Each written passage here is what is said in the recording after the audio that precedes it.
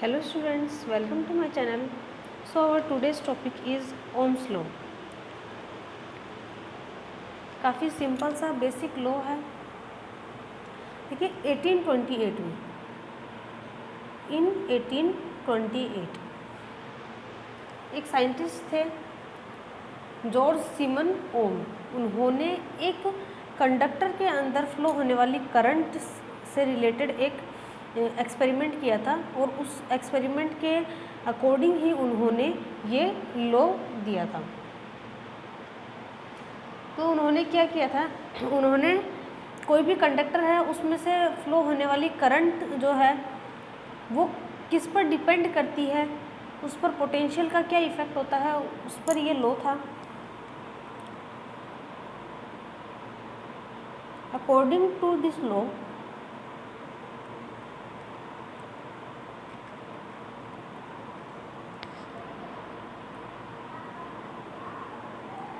if there is no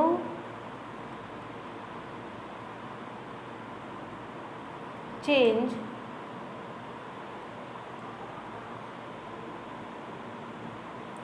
in the physical state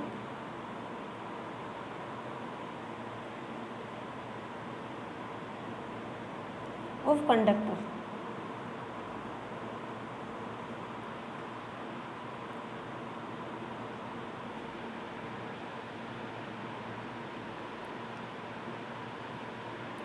then the current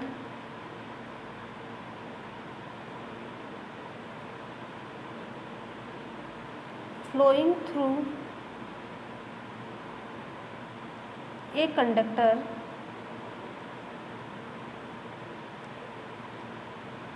is directly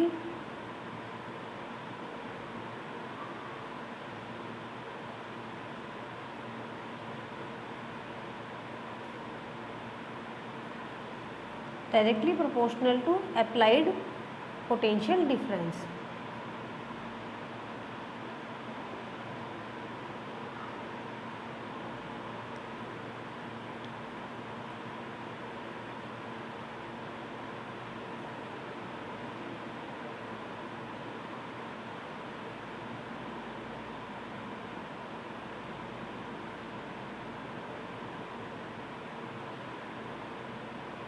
across its ends of a conductor। तो ये तो हो गया है इसका स्टेटमेंट, ओम के लॉ का स्टेटमेंट हो गया है। अब देखिए इसको मैं अच्छे से एक्सप्लेन कर देती हूँ। तो ओम के अकॉर्डिंग अगर कोई भी एक कंडक्टर है, मान लेते हैं कि अगर कोई वायर है, ये कोई वायर है, तो इसको रेजिस्टेंस इसलिए शो किया, कोई भी वायर होगा उसका कुछ ना कुछ रेजिस्टेंस तो ज़रूर होगा। तो यहाँ पर इसके अंदर फ्लो होने वाली, इसके ये जो वायर है ए बी, इसके अंदर कितनी करंट फ्लो होगी।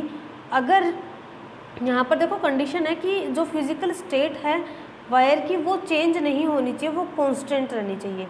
तो फिज़िकल स्टेट से क्या मतलब है कि ऐसा नहीं हो कि जैसे ही हम इसको बैटरी से कनेक्ट करें तो इसके अंदर क्या हो, जो मेटल जो है उसकी स्टेट में चेंज हो जाए, लेंथ में चेंज आ जाए। जैसे गर्मी की वजह से जो लेंथ है वो बढ़ जाती है ना, वैसा कुछ नहीं होना चाहिए।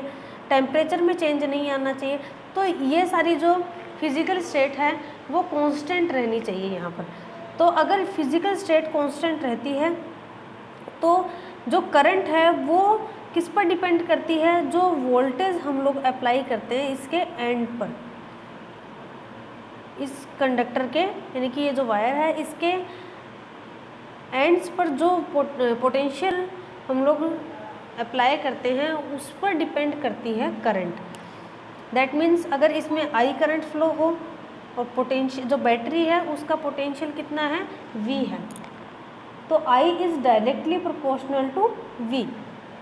I जो है वो डायरेक्टली प्रोपोर्शनल होगी V के, यानी कि जैसे जैसे अगर V बढ़ेगा तो यहाँ पर I बढ़ेगा। ऐसा भी कह सकते हैं कि I बढ़ेगा तो V बढ़ेगा, I घटेगा तो V भी घटेगा। यहाँ पर इस तरीके का रिलेशन है। तो ऐसा भी लिख सकते हैं V is directly proportional to I। एक ही बात है, उसमें कोई चेंज नहीं है। तो प्रोपोर्शनल का साइन हटाएंगे, इक्वल का साइन लेके आएंगे तो एक कांस्टेंट आ जाएगा। V equals to R I. R जो है वो यहाँ पर कांस्टेंट है,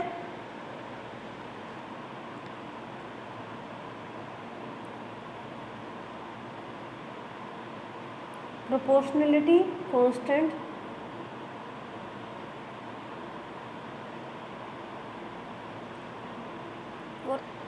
और आर किसको शो करता है, जो भी कंडक्टर है उसके रेजिस्टेंस को शो करता है।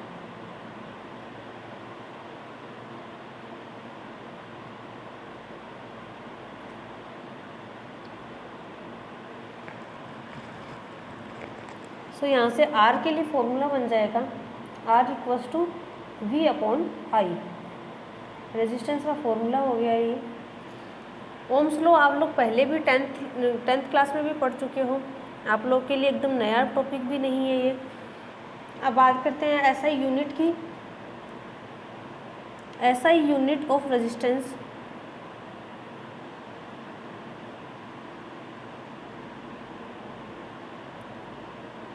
इस ओम, उनके नाम पर ही दिया हुआ है। ओम जो साइंटिस्ट नेम है उसी के अकॉर्डिंग इनको, इसकी यूनिट को भी ओम नाम दिया है।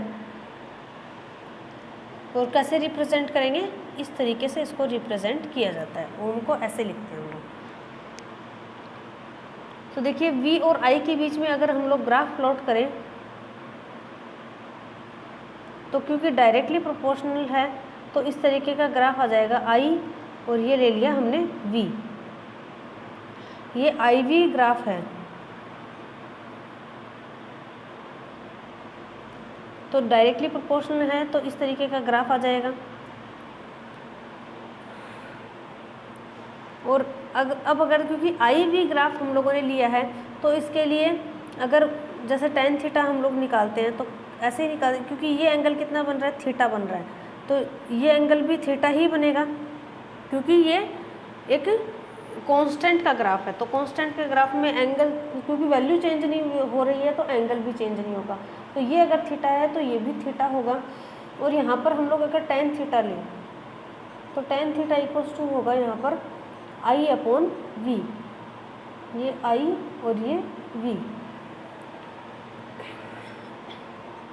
तो I अपॉन V किसके इक्वल है, क्योंकि V अपॉन आई R के इक्वल था तो I upon V 1 upon R के इक्वल होगा। तो यहाँ पर जो ग्राफ होता है IV ग्राफ जो है उसकी स्लोप जो है, क्योंकि tan थीटा जो है वो स्लोप को रिप्रेजेंट करता है, तो स्लोप जो होती है वो यहाँ पर रेजिस्टेंस के रेसिप्रोकल के इक्वल होती है, क्योंकि रेजिस्टेंस के रेसिप्रोकल, क्योंकि 1 अपॉन R के इक्वल है, तो स्लोप जो है वो किसके इक्वल होगी, रेजिस्टेंस के रेसिप्रोकल के इक्वल होगी। तो ये छोटा सा सिंपल सा ओम्स लॉ आपका कंप्लीट होता है। ज़्यादा कुछ बड़ा नहीं है, ज़्यादा डिफ़िकल्ट टॉपिक भी नहीं है, छोटा सा स्मॉल टॉपिक है। इसके लिए आज के इस वीडियो में मैं इस टॉपिक के साथ में और टॉपिक इंक्लूड नहीं कर रही हूँ, ताकि चैनल पर आपको अगर ओम्स लॉ देखना हो तो सेपरेट उसके लिए टॉपिक, सेपरेट वीडियो आपको उसके लिए मिल जाए। वीडियो अगर पसंद आया तो प्लीज़ वीडियो को लाइक करना, चैनल को सब्सक्राइब कर लेना और बेल आइकन को प्रेस कर देना आगे की क्लास की नोटिफिकेशंस के लिए। सो मिलते हैं हम लोग हमारे नेक्स्ट क्लास में। वीडियो को शेयर ज़रूर करना, अगर किसी को इससे हेल्प हो सके तो आप उसके साथ ज़रूर इसको शेयर करें।